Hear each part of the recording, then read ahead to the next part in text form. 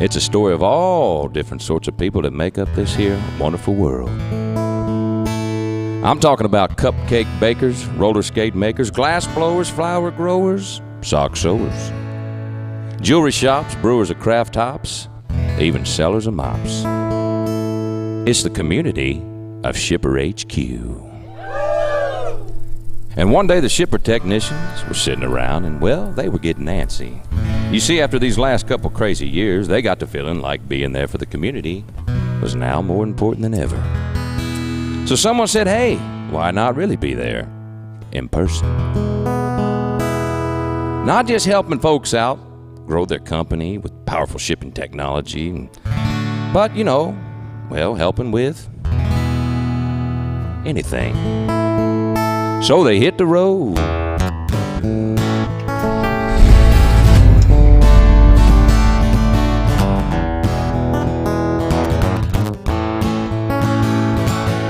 Little guy starts a revolution, changing things up. This could be amusing. Watch out, might even come straight to you.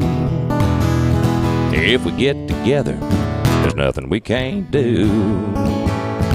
Yeah, we may not have all the buzzwords, and some of us may look a little weird. But big or small, one and all, we're reaching our customers. We'll call them friends. The little guy starts a revolution by helping others out. That's the mission where the people come first. Attitude. Life's fun here at Shipper HQ.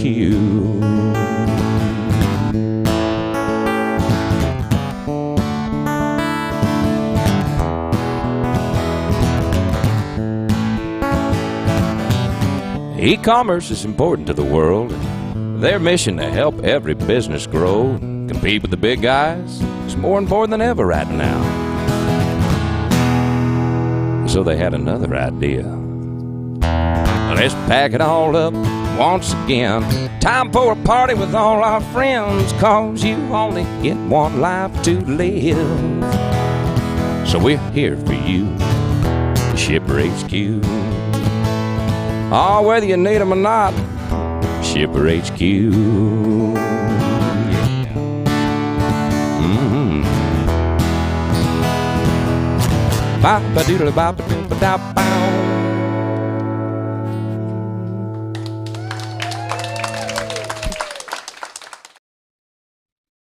And we're live, and it is about time. That's what they said in the chat. It is about time we got back to live streaming on the regular, and it's been a while. I've been busy. There's been a lot going on. I've been moving studios. Don't judge the setup just yet. This is a very basic setup because I threw this together in like a day. But we've got some interesting things to talk about.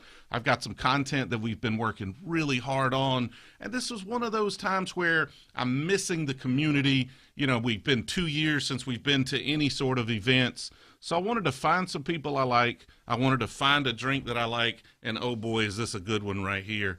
Look, let's go ahead and see if we can zoom in on this one right here. Oh yeah, right there. Look at there. Little Van Winkle Lot B 12-year-old Pappies. Technically not Pappies, but come on. You can't judge me for that. It's a good bottle, and we've got some good folks. So I appreciate everybody welcoming to the stream here the team from Shipper HQ, the leadership from Shipper HQ, and so now hopefully it makes sense why I played the Shipper HQ video when we went into the to the intro there. But we've got Quentin and Karen. Karen's gonna. You already followed over Barstool. We haven't even got started yet. I was just playing around, trying to center myself. So how are things in Austin, Texas? I'm in San Antonio right now. You're in San Antonio. Great. San Antonio's good. Austin's great as well. Weather's a little crappy, but hey, can't beat it. I feel like with you having to do it from your car, we probably planned this at the wrong time. No, we're just on the road. You saw the video. We're moving. He was meant to be at work today. This is welcome to life in 2022. There's a lot going on.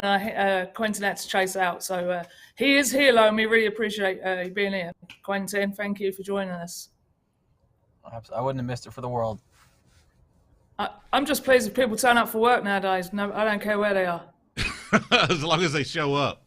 Well, we've got we are live on LinkedIn and on YouTube, and as always, y'all are a part of this conversation. So let me know your thoughts on the chat. Is anybody, you ever tried this? You ever tried this, Quentin?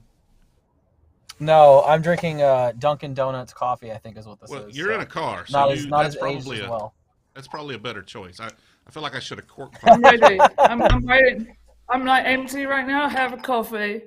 Where am I? I can't do this. I have a coffee, and if things go well, then I'll move to the glass and put some stuff in it. We'll rate you about 15 minutes in, see how you're going, and then I might join you. But that looks heavy. That's not my drink, but it looks good. Well, this is a wheated bourbon, so the second most prominent grain is going to be wheat, which usually has a little bit sweeter flavor to it. It's 107. Well, no, actually, Lot B is not 107. That's the 10-year-old. This one is, about 90 proof? I'm getting too old. When you got to do this to see the small numbers, that's when you know you've probably, I haven't drank too much. It's the first one. I'm just old and my eyes don't work like they used to. So about 90 proof, so not too bad. It's a cool magnifying glass. I'm gonna have to get some glasses. I'm trying to avoid it as much as possible, but it's all right. I'll look good with glasses. Yeah, in England we call that going to the opticians, not getting old, but I get it, you Americans. All right, what's going on? Like, tell me what this is all about, because nobody's giving me the lowdown. It's a typical, CEO, too many people, and they're all chasing around underneath. And then they go, oh, on Monday, you got to go on this live stream with Jay. And then I saw the description on LinkedIn and I was like, all right, what the hell is this about? And then I thought I could do my research and everything else. And then I thought, do you know what? Actually, I'm just going to come online and ask TJ and see what the hell's going on. And what have you been up to over the last few months? Because it sounds like you've been kind of busy, right? Been extremely busy. And so this live stream came about. Susie from your team pinged me, and your team's been great, as with all the partners in this project that we're going to talk about. But she pinged me, and she's like, okay, well, Karen and Quentin want to do, they love the video. They want to do a live stream or a podcast on the, Commerce Party podcast to kind of talk about it. And I was like, well, that sounds good. Let's do that. And then last week, after we solidified a date, she's like, well, it might be better if we just do it on your channel. Maybe we get a few more views or something. I was like, that's fine. Yeah, we don't get anyone anymore. Like, we do a podcast.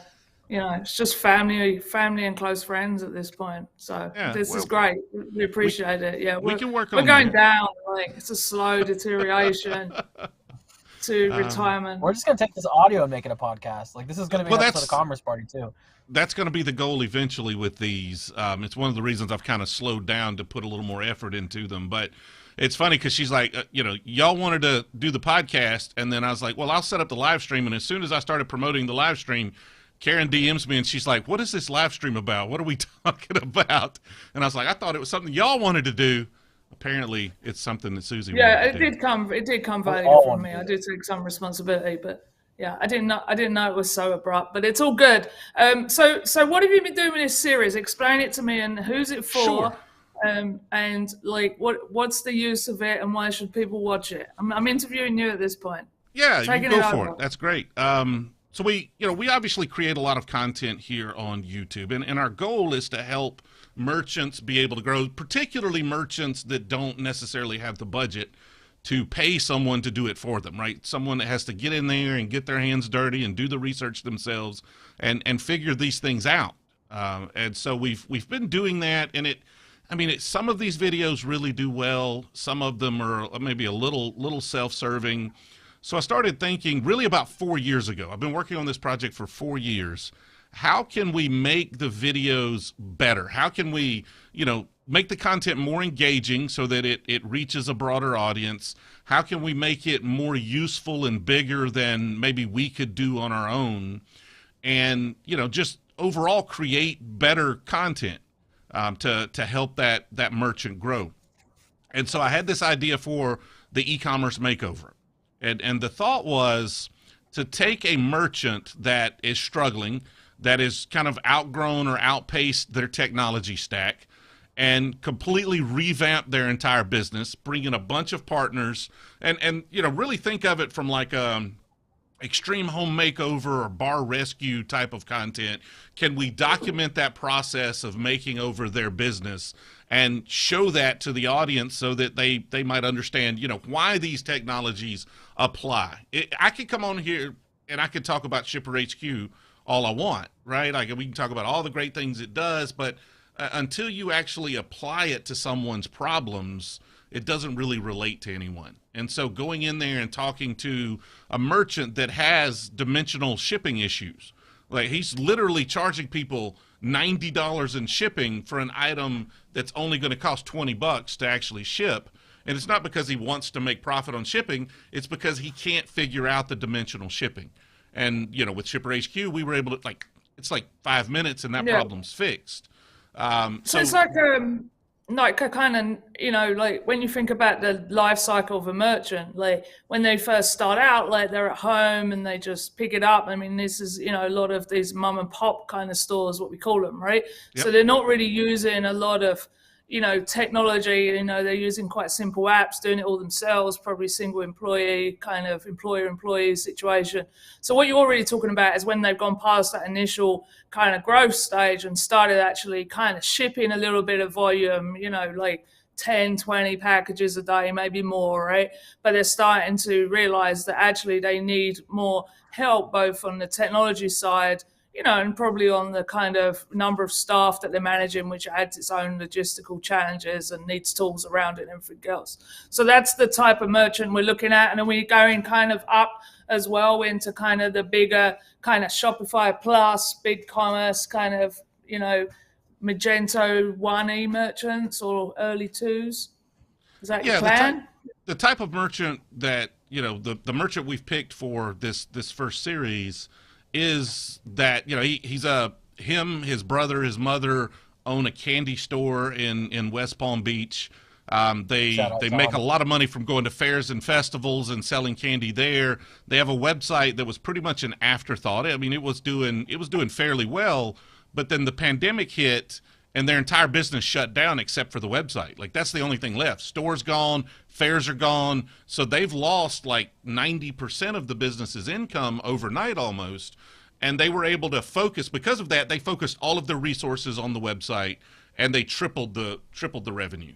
And that took it still from small to, a real business with real problems, but it completely outpaced everything they were doing. They're having trouble keeping up with customer support. They have no real tracking on it. Shipping issues are now becoming a real problem. Inventory issues are becoming a problem. The platform is holding them back. They're on Magento 1 open source, which, love it or hate it, it's outdated, and they didn't want to invest in fixing these problems on that platform. So we had to pick a platform. We had to bring in all the best partners to solve all of these different problems that they have so that they can now continue that growth, because tripling it pretty much hit their limits. Like they couldn't go any further with the problems that they had. So we needed to correct those so that they could then double the revenue again, which is the goal. And to clarify, that's triple the revenue, not just of what e-commerce was, but overall for the business, right? Well, no, they tripled the e-commerce revenue for, it's the e-commerce revenue that tripled. Now, fairs have come back, and I don't think they're as big as they were. The physical store, I think, is doing pretty similar to what it was doing. So that, the business has bounced back, but now e-commerce is a big part of it. Like it's not this afterthought. It's not this small thing. Now they're thinking this could be the biggest part of the business, and everything else could be an afterthought, right? Cool. That's what I was getting at. That's what I was curious about, because that's one of the things we've noticed often with people that, e-com was an afterthought. I guess mostly in perishable goods, it's now become, the most prominent player, or I guess the area of most growth. And we're seeing a lot of people double down on that as well, aside from the e-commerce rescue. Yeah. It's a common story, and I think it's one that'll resonate with folks, which is why we're excited. I think it was the perfect person and the perfect merchant to tell this story with. Ken from. So you go in and you go and talk to the merchant. So the video is not like what we're doing right now. The video is much more a kind of story about what happened with the merchant and how they, overcome some of their challenges and improve their online presence. Would that be a fair summary? Yeah, the format is, it's a 12 video series to start with, and then that 12 video series, in the first episode, it's really kind of a discovery, right? I literally drive to the store, we sit down in person, and we go through all of his problems. He shows me a lot of the challenges he's facing, and we kind of set up, what we're trying to fix. Episode 2 is going to be choosing an e-commerce platform and getting him on that foundation. And then over the next 9 videos, we go through the different partners that are going to be involved in fixing different aspects. And then we're going to have a finale, which we're still kind of waiting to film the finale because we wanted the new site to be up as long as possible so we can really see some actual results. And then once the 12 videos are done, we're going to be sitting down with the merchant regularly, monthly, maybe bi-weekly, and actually finding what problems he's had. Because we've given him all the tools, but the tools don't solve problems necessarily, right? They may fix some problems, but you've got to really build a strategy around email marketing and conversion rate optimization, and you've got to really use these tools. And so we're going to sit down after this series is run and pick one problem he's struggling with, build a strategy, bring in the experts necessary to tackle that problem, and give him the absolute best chance of improving whatever aspect of his business it is. So it's 12 videos to start with, and then it'll be kind of an ongoing regular release of content where we're actually using these tools to fix his problems. That's pretty cool. I think one of the things that we've seen, obviously the world has changed, right, in the last 2 years. And one of the things that we've seen is that in some ways, kind of time is more important than anything right now, right? And how you best spend your time, right? And I think, for instance, inside Shipper HQ, what we realized was that we really need to offer a service approach to our customers, and that strategy piece is incredibly important. Now, it's not something that we naturally kind of wanted to do, and a kind of key thing is to go through agencies and train them up, and the agencies do it, the solution partners do it. And sometimes that works, but sometimes agencies just don't want to know about shipping. They don't have the resources for it. But I do think it is important that, as us being working with these merchants, that we are able to provide this variety of services, because it's not just about going, you need this tool. It's about how they're then going to use that tool. And I think, things are becoming, in a way, more simpler, but they're also becoming more complex, right? There's a lot to deal with. Just email, right? Marketing, difficult thing to deal with. And I think that people are pushed for time more than ever, right? So getting the right people around you is key, and then building this relationship. So I kind of really like the way that you're doing it, because I don't think, I was saying to my team the other day, I don't think you can just go and put in a piece of software, set it up, and call it a day. I think that you've got to keep iterating on it and actually slow walk into using the software. And I think that we really need to kind of, as an industry, start thinking much more like that. And also that trust kind of, that trust battery approach of the people trusting us, the merchants trusting agencies and everything else. I think it's much more of an iterative thing, and buying it off as and when you can do it. So the way that you're approaching these videos kind of really lines up well with that, of going, because I think, I don't know, I feel like merchants are kind of very overwhelmed at times. And what is obvious to some of us just simply isn't obvious to them. And it's not their fault. It's just we don't realize that this is, stuff that we need to explain more, right? We just say, oh, why didn't you know about that, right? Why I'm using a term you don't understand, but we need to take a step back and really slow it down and walk them through this journey, because it is a journey that actually happens over many years, right? Reality is as they grow, things change, which is what is the real importance of getting a really good, if you're going to go and work with an agency or a solution provider or even a contractor, finding that right person, because that relationship really is key to the future success of your business, in my mind, right? Based on that. Yep. And realizing that if you find those right partners, they can lift that burden off of you. I mean, you must find that when you're trying to talk to these stores that are evolving, about convincing them why should they come and use you guys, right? Or why do they even need to use you? Why don't they just go and use the App Store and get it all themselves, right? Yeah, and it's sometimes though it's very difficult to educate people on that, right? Like everybody's kind of in a different place in their journey, I guess is how you should put it. Some are very sophisticated and understand everything they need. Some are just trying to Google and figure it out, and they end up watching a video and reaching out to us. And sometimes it's difficult for us to meet the merchant where they are and make sure we're giving them that information that's best for them then, not necessarily best for them overall.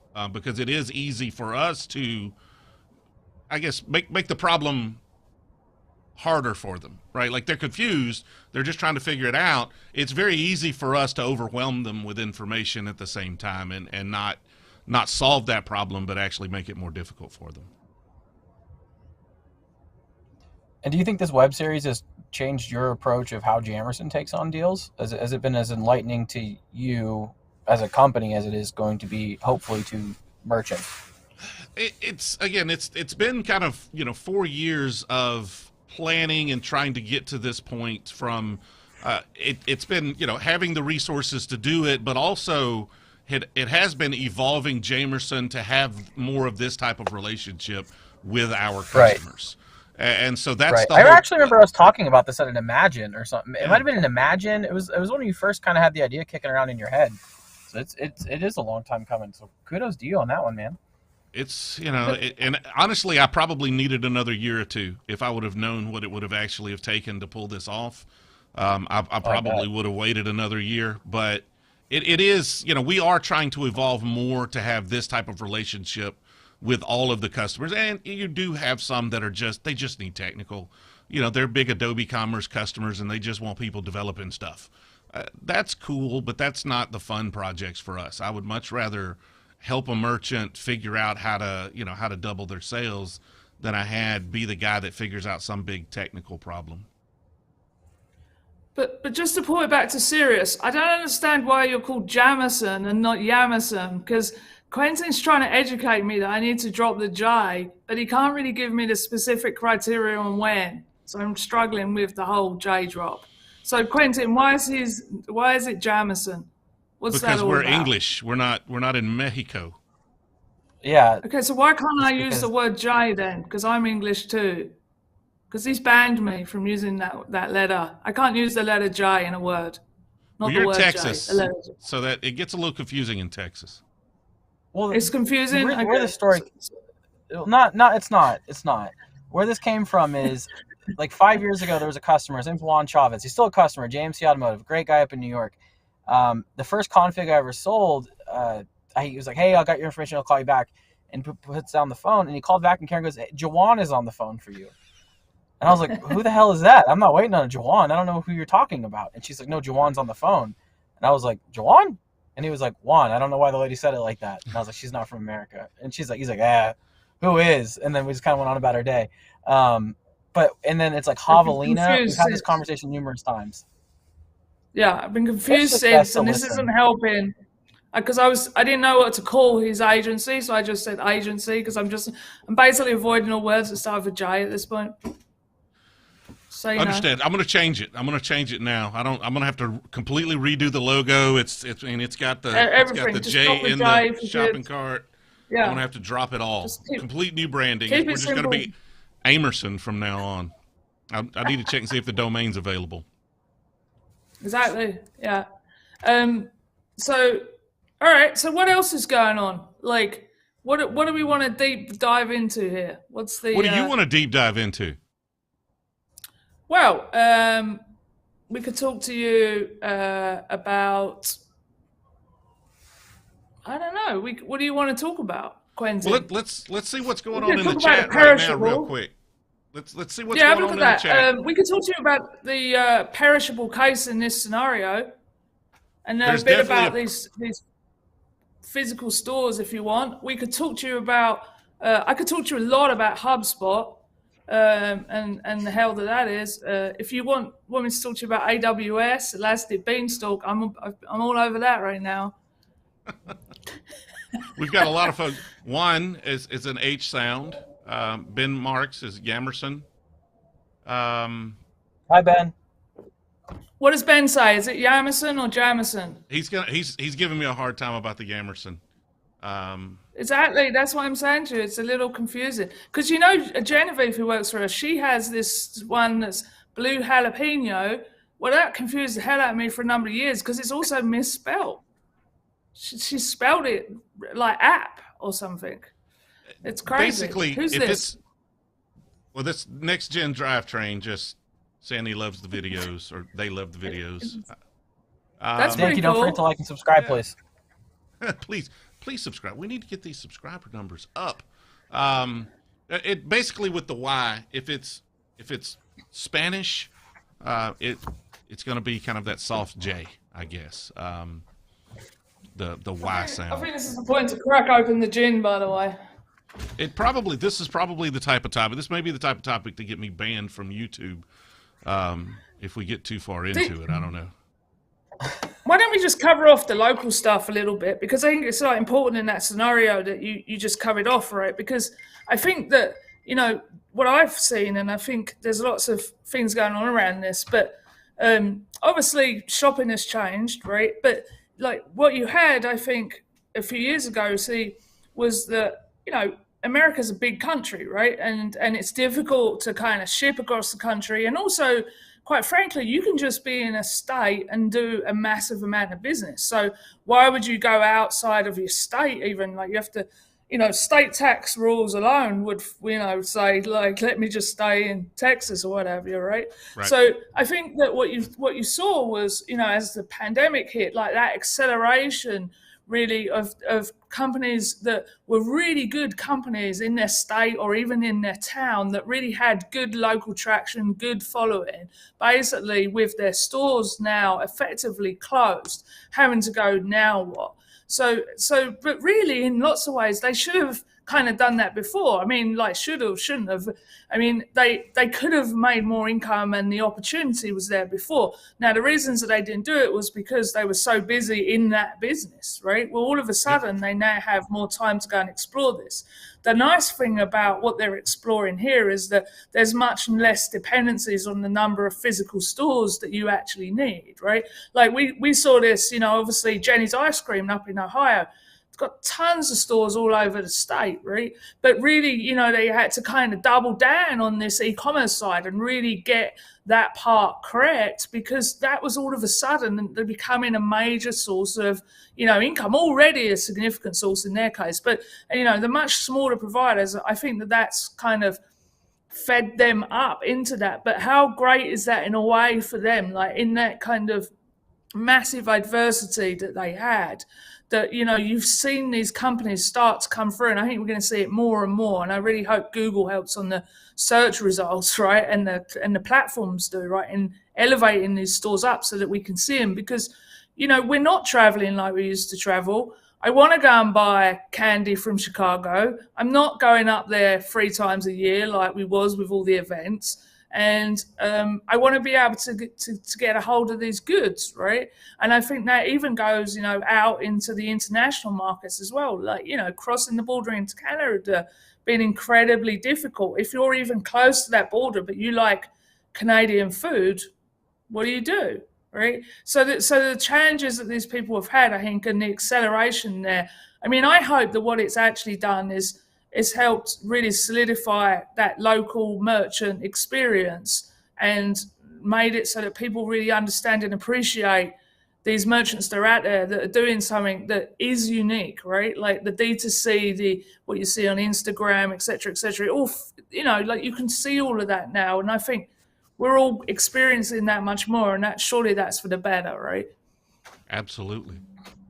One of the interesting things from this growth that this particular merchant experienced is it really solidified the case study for mind share, right? Like how much of your effort and energy is spent just kind of managing the day-to-day business, or in an e-commerce case, you know, keeping a site online and chugging along, and how much when all the other things went away, when the only thing they had to focus on was e-commerce, he was able to quickly triple the business. And that just goes to show you that I believe that's the biggest hurdle for small merchants to overcome, is just knowing what to focus on and then finding the time to actually do that, to actually push that that forward. In his case, for instance, his email, they have 40,000 people on an email list, but it was, I don't know, 10, 12, 13% of their revenue, but their open rates are terrible. And it's because it's just on autopilot. Like, they're just dumping 3 or 4 emails a week at this customer base. And I was like, well, let's build a real strategy around that to turn that into a huge asset, because, these people willingly signed up. They've been in business since the internet was a thing. I think they've been in business for like 20-something years now. They had a website for 20-something years. So they've got a long, loyal customer base. They just haven't been nurturing that relationship. Yeah. And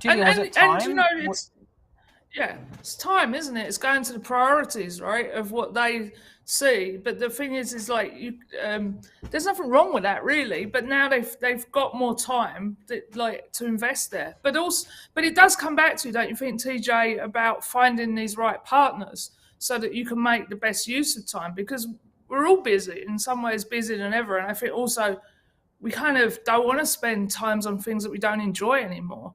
So, like that is around kind of, working out who can help you, because there is, is there any need for, these people to actually become experts in email? Like, that's a question, right? Or can they find the tool that's right for them at the time that they need it? Because the other problem I see is a lot of mis-selling of tools, right?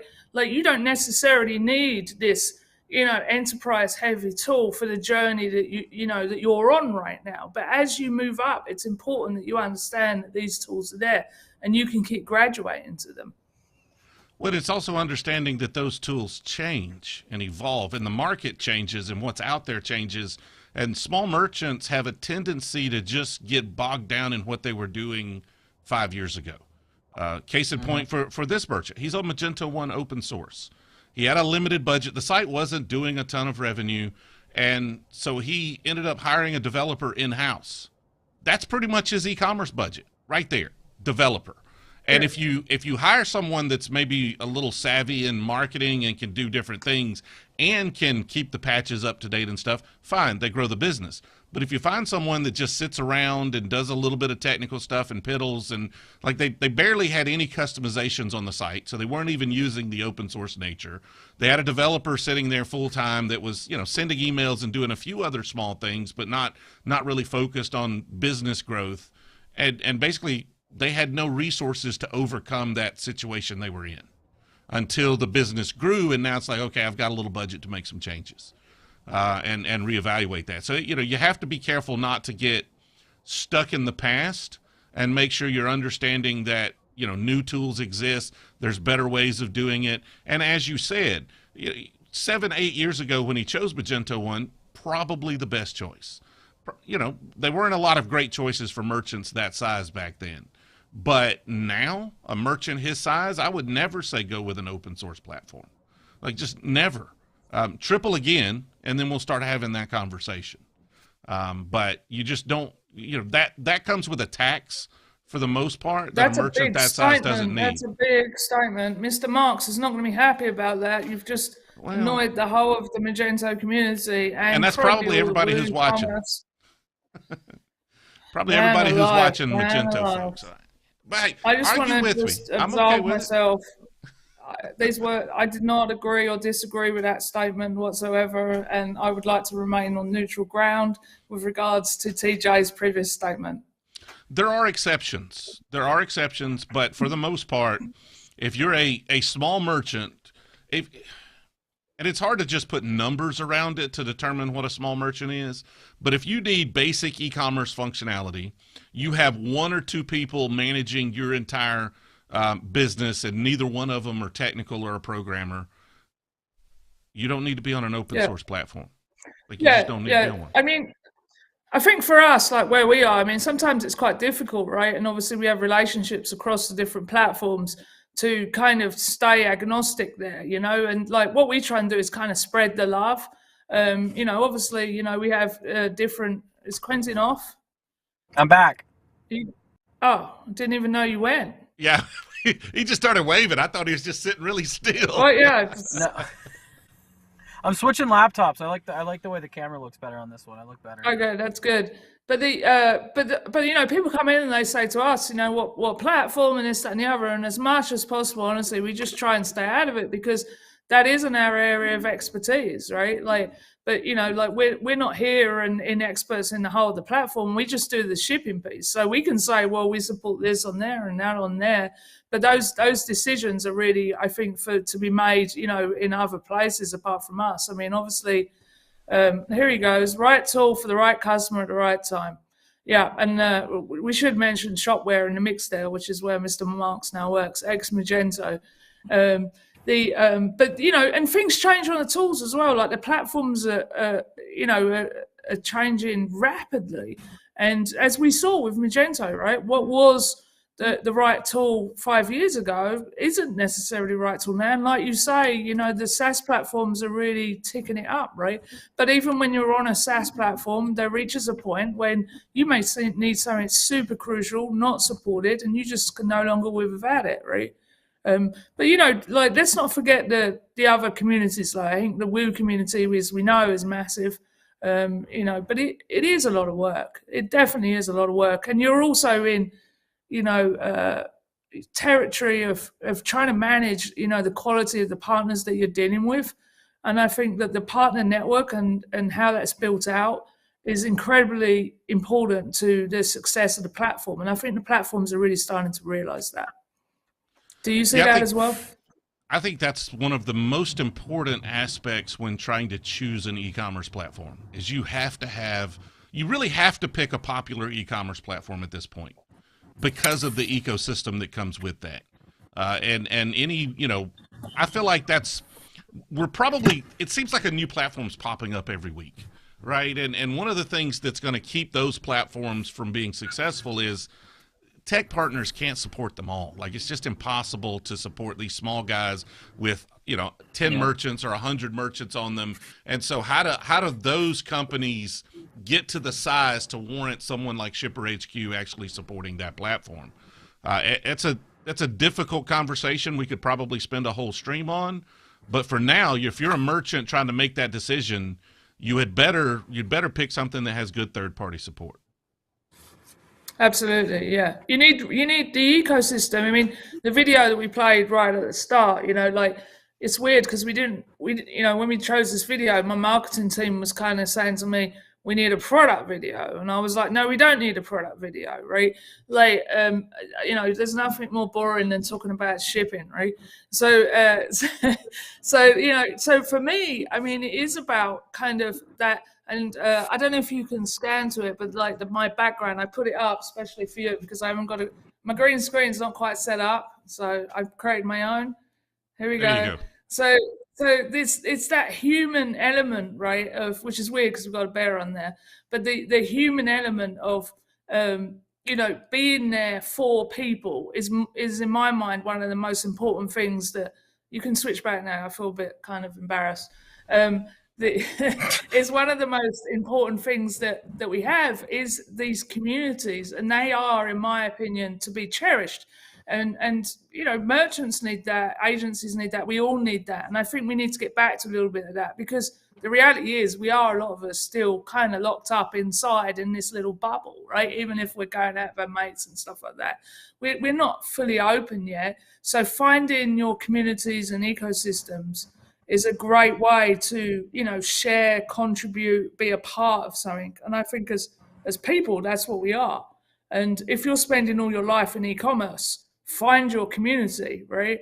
And that's the trouble, like you say, with some of these newer platforms that are popping up. I think there's a lot of kind of VC-led investment in this space right now. All of a sudden, it's become really sexy, but you got to see through some of this, right? There's a lot of heavy markets and everything. And I would say, like, as a merchant, create a list, right, of what are the top things that you need out of a platform, make sure that there is some future proofing around it. Like you say, were they supporting the third party tools as I grow? Do I see a support network in there? Is there forums, et cetera, et cetera? And then make your decisions based on all of that. You can't just make your decision based on a sales pitch. And I think, that, I don't know, I think that's important. And sometimes, you can have the best technology in the world, but if, and I say this to that I actually did that poster for the team because I said to them, we need to get much more human. You got to get away from all your metrics and your, sending automated stuff and things like that and become human beings, because the software can be the best software in the world, but unless we're actually kind of talking as people to people, it doesn't work, right? Do you think that is becoming the case as well, TJ? I think that's extremely well said. I want to get Quentin's take on that.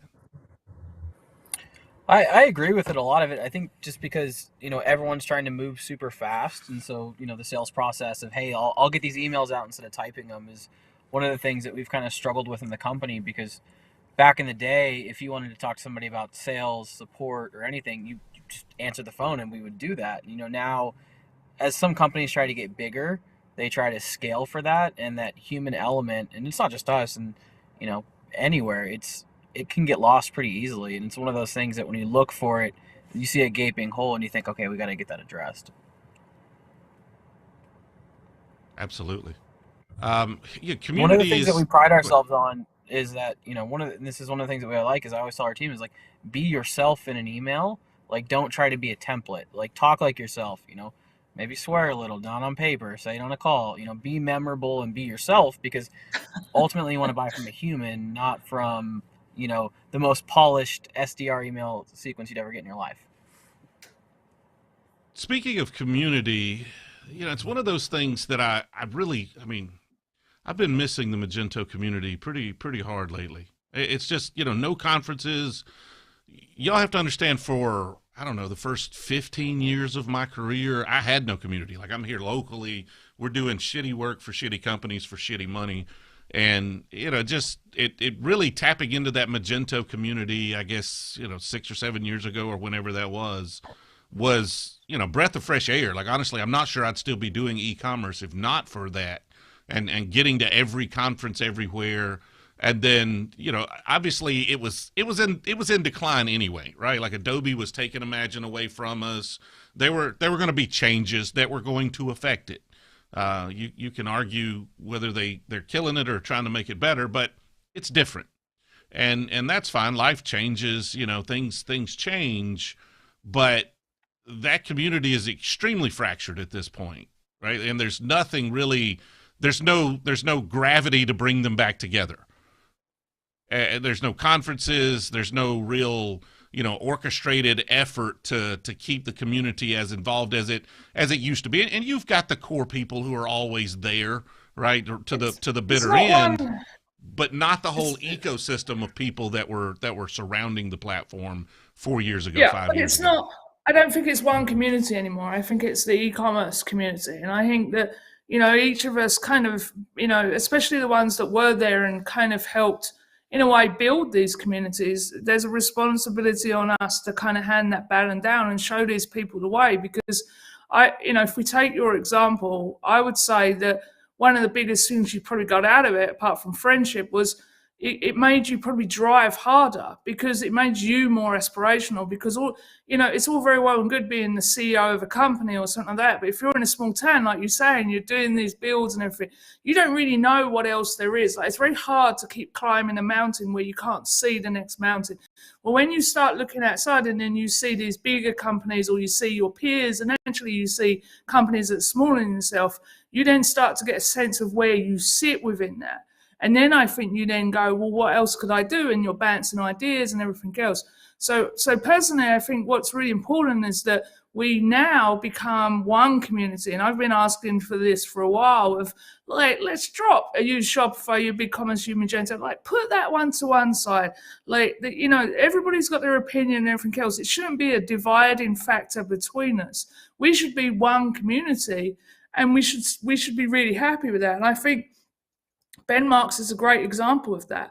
There's a guy that's gone to a completely different platform, but he's still part of our community, right? There are people just working like JH in the UK, mainly doing, I believe, still Magento Adobe builds. They're still part of our community, just like you are. And I think we need to see it like that. And if you look at it like that, this community is not fractured. It's just not physically together right now. And like that's how we need to consider it, and that will bring us back together. The most important thing is that we support each other. That's what we need to do more of. Like, there's nothing wrong with going on LinkedIn and giving a like, doing a subscribe, like, praising somebody. And people need that more than ever right now. Everybody is struggling with, stress is high, people are running fast. It's tough right now. So go and support your fellow community in whatever way you can would be my advice. And I've seen people just withdraw because they don't agree with, like, what you're saying now. There'll be some people that go, TJ's wrong, Magento's the greatest, right? That you're going to get that, right? What I would say is, it doesn't matter what he thinks. It doesn't matter what you think. We're still one ecosystem. Let's embrace that and embrace the differentiation that there is around us, because that's a wonderful thing, and that's one of the reasons why you got involved, right? It must have been because it was such a diverse ecosystem where you could find your place, just like I could find mine. Do you think? Oh yeah, I don't disagree with anything said there. I'm trying to wrap my head around how, I don't know, finding the magic in what was the Magento ecosystem for the first 10 years of its life is a very difficult thing to pinpoint, at least if you're trying to recreate it somewhere else, right? That tight knit of a community, that open of a community. I do agree that the community it's not shrinking, it's getting bigger.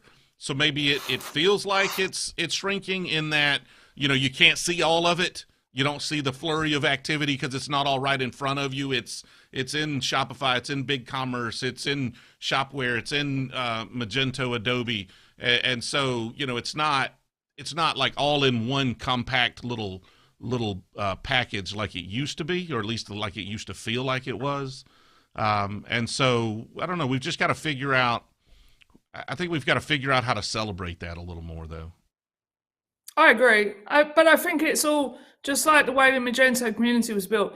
You don't build things overnight, right? It's all about everybody. Like, I've written many an article where I say, if we all, kind of throw a pebble, you can change the course of a river, right? It's all about that individual contribution that then together amounts to something. So that's what I've realized over the years is that, I have to make my voice in a way louder to stand up for the people that don't feel they have a voice, who are shy or don't want to talk, right? And represent that corner of the room. And that's a really tough thing to do, and not something, honestly, that I really want to be doing. But it is about us all just going and change. I talked to Quentin a lot about perception. You can perceive that the community is fractured, or you can look at it as a kind of glass half full and go, no, there's a fabulous community here. We're just all at home right now, right? So, let's like Chris, right? Look at this guy, like, amazing guy. He's still there. He's not disappeared. We just haven't seen him for a while, right? But there are still ways to connect with Chris, just like he's come on here now, And I think that the biggest thing that I see is that people kind of go into their corners and it becomes like little kind of cliques going on. That's what always needs to stop. And we used to have that at Imagine, and I always hated it. We can't be like that. We can have a separation of opinion, that's fine, but we should always be a single community. You see? That's just how I see it. I mean, call me simple, right? I don't think that's simple at all. I think that's a great way of putting it. Quentin, we've actually been going now for about 52 minutes or so we're going to go for 7 or 8 more minutes, and then we're going to call it. So, Quentin, what are your parting shots here? What are my parting shots here? I don't know. I mean, I think what Karen was saying was interesting. I just kind of talking about the Magento community. I think one of the things that's interesting is I came in 2015, and so I wouldn't say I caught, like, it was still heyday, but I always sort of looked at e-commerce as kind of like the NFL and like the Magento was like the Patriots, and that it wasn't like I was celebrating that there was football on, not that it was like Magento specifically. And from taking it from that lens, it's always just been kind of nice because you do kind of see everything, and it's more about seeing it as e-commerce, like celebrating e-commerce, I guess. I don't know exactly where to go with that. I think if I was sitting at a desk, I would have a better thought there. I don't think the cars Well, are really, that's good. He's a big commerce guy, really, Quentin, right? I mean, I was brought on Let's for be the launch of honest. BigCommerce, so I make that very clear. Like I was hired to support BigCommerce. Well, it's your fault we're a BigCommerce partner. You know, You I sold think a them. lot of You were agencies talking have said them that up. to me over the years. You sold them to me, so I was like, I got to go check this out. Can you go tell Big Commerce that, because they don't realize that they're like, Karen, you don't bring any referrals in, because I refuse to put any referrals down on paper, because I'm like, I'm always going to speak the truth, and I don't want to be like led by your check in talking to people about what the truth is. And they're like, well, we can't see you bringing any partners in. I'm like, no, trust me, we've introduced you to quite a lot of people. You just don't know. They're watching. Trust me. I like to think they're watching. They're probably Brent watching. Baum, watch this. Well, he's not watching, but He's the not rest of subscribed. them When we are. put him on Commerce Party, he'll listen. Okay. Yeah, he will. I'm joking. I tell you what, though, Jim Herbert, closing shot from me. Jim Herbert over in UK for BigCommerce. I think he's starting to build a good community over there. I really think he's getting good stuff done and really bringing that community together. If they can bring that across the US, I think that'll be pretty exciting. On the Shopify side, I think that they're much more kind of targeting around the merchant space. They're definitely starting to realize that tech partners are useful, which is good to hear. But I think they're still a little bit Amazon-like with, their relationships, and we've seen it also on the agency side. It would be great to see Shopify move into more of a kind of an ecosystem that is, kind of not threatening, I think would be the case I would have. And then on the Adobe Magento side, I would just say that right now, from our perspective, we find them incredibly absent, but we do find that there are pockets within that there is still an active community going on and a lot of work being done. So, Sharon Lambert's a great case in point, Cheryl Dorfman, and we see a bit on the Adobe partner side as well. But, they've got their work to do, right? Absolutely. Apparently, folks have been bringing you on BigCommerce deals. You should count those as referrals, even though that person doesn't seem to have a name on YouTube, so I'm not sure how that works. We just don't do it, because the way we see it is like the way I see it is we want our slate to be clean. We're here to give the best advice we can in the most agnostic way. And if we think, like we can help you out, then we'll help you out, like with you, right? When we spoke to you about BigCommerce, I hope that we gave you objective advice that was unbiased, and that's what I think we should be. If as soon as you're getting a paycheck off the back of it, then your bias goes away. So I'll leave the paycheck behind and keep my integrity. Thank you very much, BigCommerce. Love you lots. If you want to send me a separate paycheck, BigCommerce, feel free. Just not tied to anything, just a random paycheck. Exactly, yeah. Any paycheck will do, but just don't tie it to referrals. All right. Well, this has been a fun live stream. The hour flew by. I've got to get back to doing these more often. The important thing for those watching, hit the subscribe button. I've got some content coming out tomorrow that I put everything I have into. It is a 12 video series, and then there'll be a lot of follow up from that. And we went real hard and heavy into the production, like literally driving places. I've probably driven 6,000 miles to get all of the footage that went into this. We've spent 6 months of time, multiple editors.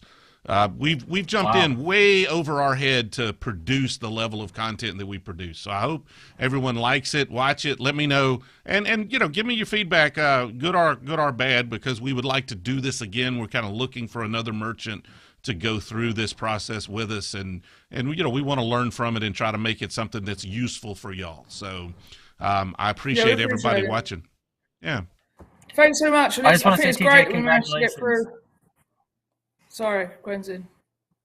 I'm just saying congratulations to TJ on putting this together. Like you said, it's been a long time coming. I watched our video. That's one that was privy to us. It's I don't know. It's another ballpark. You're in a new ballpark as far as your live streaming goes and your content. So congratulations. I'm really looking forward to being able to watch the whole series. Thank you. Thank you. Do you think we did well to get through 45 minutes and not talk about shipping? So not only have we done a video that doesn't talk about shipping, we've now done a whole live stream that doesn't talk about shipping. So well, we're doing really well on product. I mentioned it a few times. Well. I mentioned it a few times. Yeah, we did put it in a few times. All right. What we'll do is fancy. We'll do a commerce party one after we've watched the video, and then we can talk about shipping and bore everyone for an hour because we don't get anyone listening to it anyway. So I mean, we could let's do it, and then let's talk about why nobody listens to it. Because I probably you could solve our problems for me. Help me out. Yeah. I need some help, TJ. Okay. And also, TJ, tattoo. Do you want to see it? Yeah. Well, I don't. It depends on where it's at. It's in the arm. You ready? Yeah. It's going to be on the live stream forever now. What do you think? Oh, you got the truck? You got to get up close to the camera. Let me see it. How does that work? It works like that. There you go. Nice. You went all in on that old Ford. It looks great. What does it say up above it? That's the Continental Club in Austin. I have an Austin arm and a London arm. It just saves people asking me questions at conferences because they go, "Where you come from?" So now I just go, this arm. Let's go on with something else. That's okay. My question then becomes: Is it quicker to take your clothes off and show them your arms than it is to just explain where you come from? Man, I'm getting old. It's much more fun. Okay, more fun. Where maybe. Is that? Because if somebody says where you're from, I'm from Alabama. Like that seems like a lot less time than me having to take my shirt off. Imagine though if you were in London. Imagine if you're in England though, you'd have to take your shirt off to explain you're from Alabama. Yeah, then I'm liable to get assaulted. I don't know, thrown out of a bar. Like who knows where it goes from there? Have you got any tattoos, TJ? I do not have any tattoos, and it's not that I'm opposed to tattoos. It's just that I don't firmly believe in anything enough to commit to it for that long. Not even 56 Ford trucks? I mean, I'm more of a 67 to 72 Ford truck kind of guy myself. Own a couple of those, but I don't know. No, I'd probably change my mind. I'd put it on there and I'd be like, I don't like this one anymore. You need to come and see me. Come down and see me. We'll hang out. Okay, well I'll be there in 2 weeks. Well, I'm not bringing the truck in 2 weeks, but I'll be there in 2 weeks. I'm going out to Pigeon Ford. If you fancy a trip out, is that near you? I'll shout you. I mean, that's probably 4 hours or so north of me. If you fancy a trip out to a truck thing, I'm going to one up there in May.